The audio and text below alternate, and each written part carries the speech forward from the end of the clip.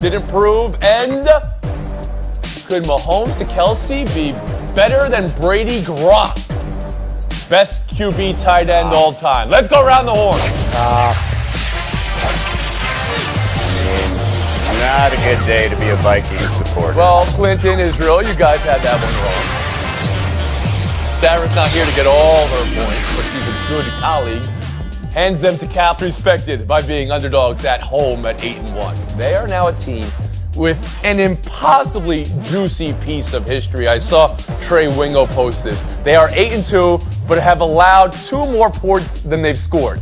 So it's the best record while being negative point differential of all time. You do not want that. What a bust of a performance from Minnesota. Does a game like that revert their whole season? 40-3. Clinton Yates, around the horn to you. Do you want to start with Minnesota or Dallas? What just happened? We'll start with Dallas. They are a team that picked the most opportune time of the season to have their best game of the season, and it started from a leadership standpoint with Dak Prescott. He started this game 16 for 16, was 18 of 19 on first and second downs, mixing in running backs, which is something that doesn't normally happen a lot. And here's what was the stat that actually most impressed me about the Cowboys. They had more than 100 yards in yak yards, Tony. They wanted this more as well in terms of their performance all over the field. The Vikings, who I picked in this game, did not show up whatsoever. Thank you for reminding us. I thought what they were going to try to do was keep the football and run the football because the Cowboys give up so many yards on the ground. That didn't happen at all, and they got embarrassed. The Cowboys, for once, the reason why Jerry Jones' eyes are looking so big is because you look like a team that just might be Israel Gutierrez. Yeah, I think I understand. I probably need a good scolding right now because of my blind Viking support. I thought they were. Give them the fire for I that. thought That's maybe they were sort of underperforming. Viking fire. Yeah. Instead, perhaps they were overperforming or overachieving in their close wins because, they seemed to be way too reliant on one left tackle who left the game. Christian Darrisaw left the game again with a concussion early because that offensive line looked terrible without him out there. You really got to be concerned about the space the Cowboys receivers had or even the running backs had out in space. And, I will say this about Tony Pollard. He is special. 6.8 yards per touch. That's the most of any running back with 100-plus touches this year. That's more than Christian McCaffrey, more than Aaron Jones. You get the ball in that guy's hands, a lot of good things can happen. And I think Dak is very comfortable knowing that he has not just check down options, but options that can be breakaway options from the running back position. So I think it's not a good look for Minnesota. I think it's going to be a lot of question marks. And again, that offensive line's got to be fixed. Otherwise, I don't think there's anything they can do. Not a good look for Minnesota. Is that how? That's some PR work there. Emily Kaplan, what did we witness last night? We're going to talk about leadership and accountability when we talk about the Jets. It wasn't just Dak Prescott in this. How about Micah Parsons? He took responsibility for those defensive struggles against Green Bay after the first time in his pro career he did not generate a pressure. He comes out in this game and on the first drive forces a turnover. He has 10 pressures, which is a career high for him as a pro. And, when we talk about Minnesota and that point differential, which is really embarrassing, I do think that this game just exposed them because they are 7-0 in one-possession games. So when they play the 2 best teams in the NFC, which is Dallas and Philadelphia, they've been outscored 64-11. That's just really embarrassing. Frank Isola, to you now. And, let's remember, they had a 14-point lead in the fourth quarter and lost on the road. And I get it, it's a road loss, but that's something this organization had never done before. I'm talking about Dallas. And so you need a dominant defense if you're going to win big and win a Super Bowl, like Jerry said after the game, because he's the biggest Dallas Cowboy fanboy out there. So, of course, they have a great win, and now they're going to go to the Super Bowl. But also, let's look at Dak Prescott. A lot of pressure on him after the way that he played that fourth down pass. And Clinton gave you the numbers. To me, you're a legitimate team when you have a bounce-back win like that and you're doing it on the road against a team with a great record. More so than any game that they've played this season, that performance made the Cowboys look more legit than they've been for me and over a decade. And we can understand that Jerry does think they're a Super Bowl team. We have the rest of our lives and every day in between to talk about that. But last on Minnesota, Frank Isola, when you want to be respected or thought of as a serious operation, let's even say it that way, to come out the way they did, is that not just a detour this season? Is that it? Can they recover from this? Do you believe this team has it in them? I think they can, and of course they play Thursday night against the Patriots. But here's the thing. If you go back to that game against New England, the coaching staff is thinking, we got away with one. We should have lost that game in Buffalo. So that's really 2 poor performances in back-to-back weeks. And they also got a little lucky against Washington, if you're being fair about it as well. What it is it's a knock it off loss, as in get all these chains and all the social media foolishness out of there. It's time to play some football if you're the Vikings, because you just got embarrassed at home. Mm-hmm. We've been Horn, we'll move on. Patriots 10, Jets 3. It defies logic. So there's inconceivability of that, but there's the intractability of the Jets offense. Anyone know how many total yards they had of offense in the second half? Most of those? 2! Yes, Clinton, 2! Garrett Wilson, rookie receiver, napalmed the locker room after, says, I'm done with this. This sleep is sorry. He called out the offense, called out the coaches. Here's the other Wilson, Jets quarterback Zach Wilson. As an offense, though, I mean, when you guys are only able to score 3 points, the defense only lets up 3 points. I mean, do you feel like you let the defense down? No.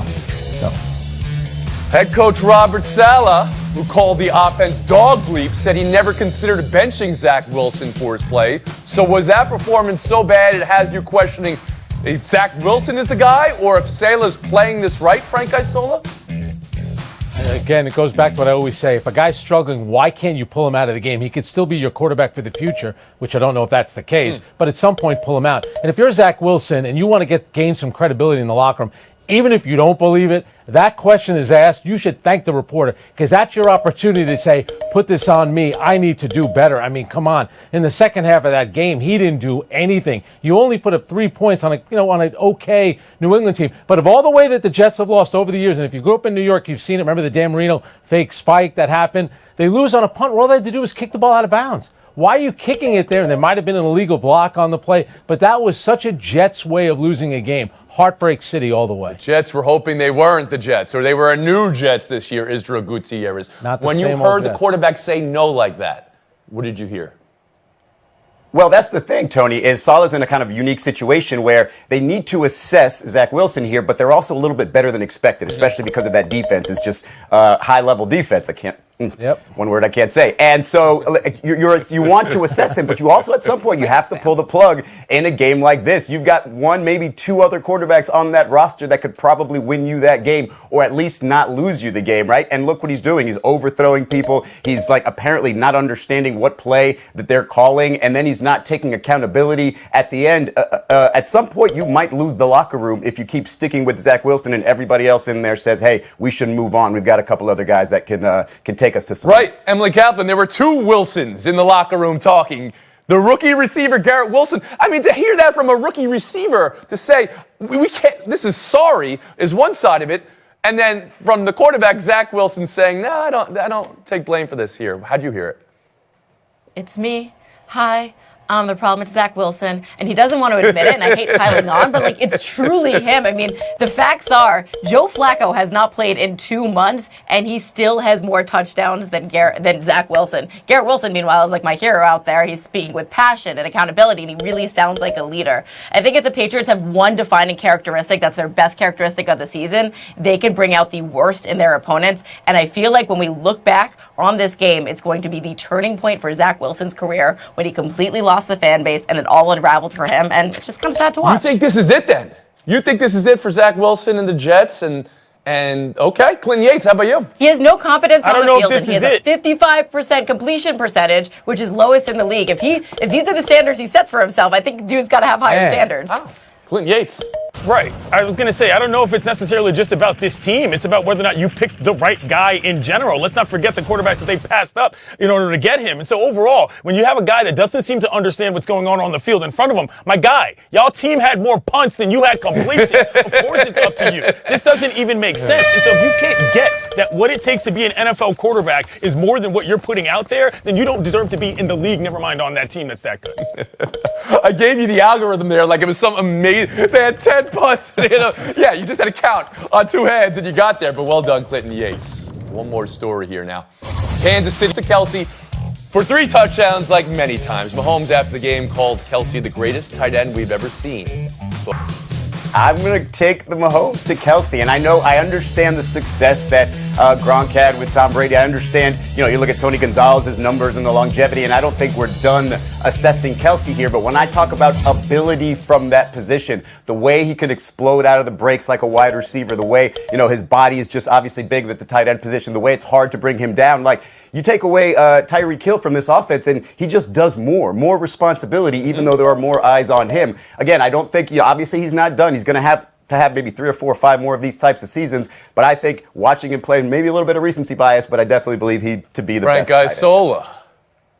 Oh, come on, Izzy. Listen, the guy is a good player, but please, the guy throwing the ball is a football genius. And when everyone was watching that game and the Chargers had to score there, I get it. Justin Herbert, all the Charger players, they knew this dude is marching right down the field. We gave him too much time, and he's going to score. Kelsey's terrific. It's all about that quarterback. Put any tight end with him, or most tight ends, big-time talent, they're going to do that as well. So then, for the question, you're taking Brady and Gronk, or you're taking other QB tight end combinations? I'm going to take Gronk. He's done it longer. Kelsey's terrific. I'm not trying to say he isn't, but that's all about that quarterback. That guy's at a different level. Come on. Glenn Yates.